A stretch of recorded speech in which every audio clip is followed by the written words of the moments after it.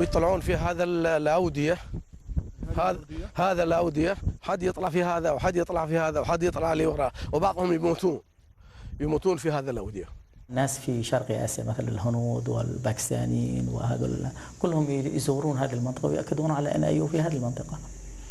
فالحقيقة التاريخية طبعا من يجزم في التاريخ أنه هذا 100% كذا ما فيه، ولكن يقال يعني الحديث دائما الناس تقرب الأشياء إلى الشيء اللي ممكن يستعقل، يعني العقل يتقبله.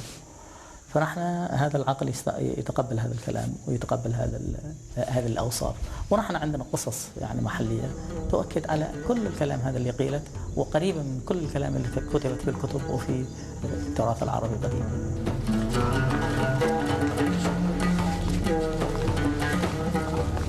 تقول المأثورات الشعبية هنا إن نبي الله أيوب كان لديه رزق وفير، وعندما ابتلاه الله بالمرض وانفض الناس من حوله، ظلت زوجته تخدمه وتجلب إليه الماء من عين في هذا الوادي، وعندما عجزت دعا الله أن يخفف عنه، فأمره أن يركض برجله، فإذا عين ماء تخرج من أمامه ليستقي منها ويستشفي بها.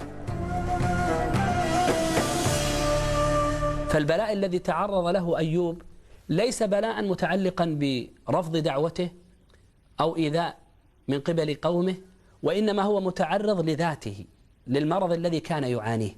ولذلك ركز القرآن على هذا المرض في كل الملامح التي أشير بها قصة أيوب، كان التركيز على البلاء الذي تعرض له أيوب. سيدنا أيوب صلى الله عليه وسلم لم يكن رسولا حتى يتم التركيز على جانب الرسالة، كان نبيا، فتركيزه على الجانب الشخصي من هذا الباب، أن الأنبياء يوحى إليهم وينظر في أفعالهم وسلوكهم ويركز على هذا الجانب منهم، لينظر الناس أن الله عز وجل اصطفى هؤلاء الأنبياء لهذه الصفات.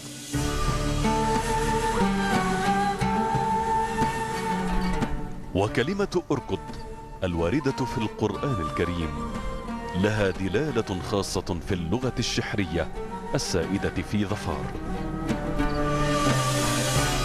نحن عندنا بالشحرية لما نقول اركض يعني أركض، يعني ارفس برجلك الأرض. انهض يا أيوب، ارفع رأسك يا أيوب، اركض برجلك، اضرب بقدمك وبرجلك الأرض، سيخرج من هذه الأرض ماء بارد مغتسل وشراب تشرب منه، تطهر نفسك، تنظف نفسك، ثم يعود لك جسدك بإرادة الله تبارك وتعالى. قبل الوصول إلى الضريح بخطوات، وهناك مسجد قديم غير مسقوف. الاتجاه المحراب القديم اللي هو باتجاه الشمال يثبت على أن المحراب هذا والمسجد هذا بني قبل الإسلام، هذا يؤكد على هذا الكلام. لكن لما أجى الإسلام وتحدث الإسلام عن اتجاه إلى الكعبة، طبعا شق الجدار هذا ووضع هذا المحراب باتجاه الكعبة.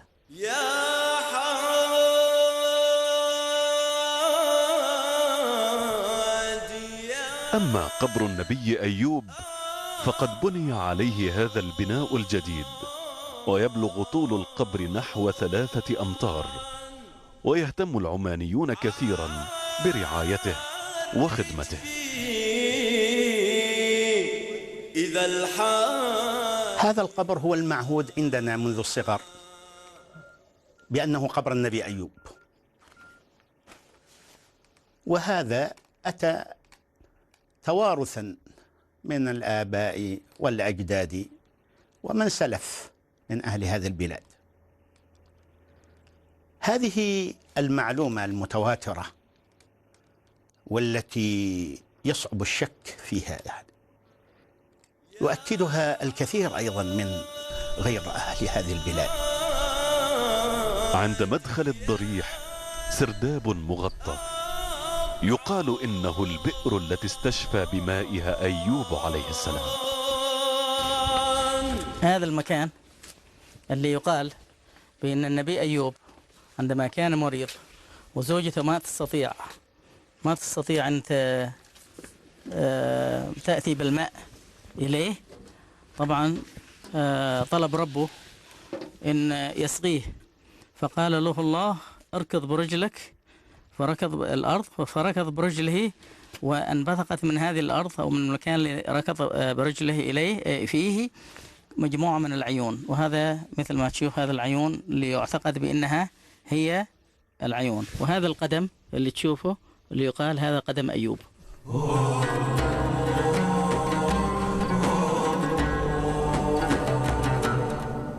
صبر أيوب عليه السلام على البلاء جعله مثالا لكل صابر، فصار يضرب به المثل فيقال صبر كصبر أيوب عليه الصلاة والسلام. استمر معه البلاء 18 سنة، والناس يعني يحبون من يحبونهم ويتخيلونهم بالواقع ويضعون لهم ما يذكرهم بهم، والتاريخ المعاش والحالة الواقعة في الأرض كثيرة تدل على أن الناس ينشئون من الرموز والهياكل والأبنية والأضرحة فقط لكي تذكرهم بمن يحبون حتى ولو لم يكن فيهم أحد.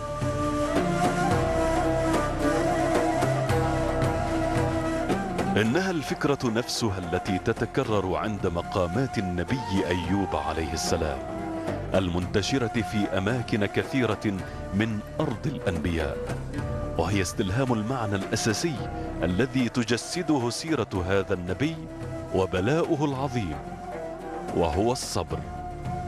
الصبر على كل شيء في هذه الحياة. سبحان من يرفع إليه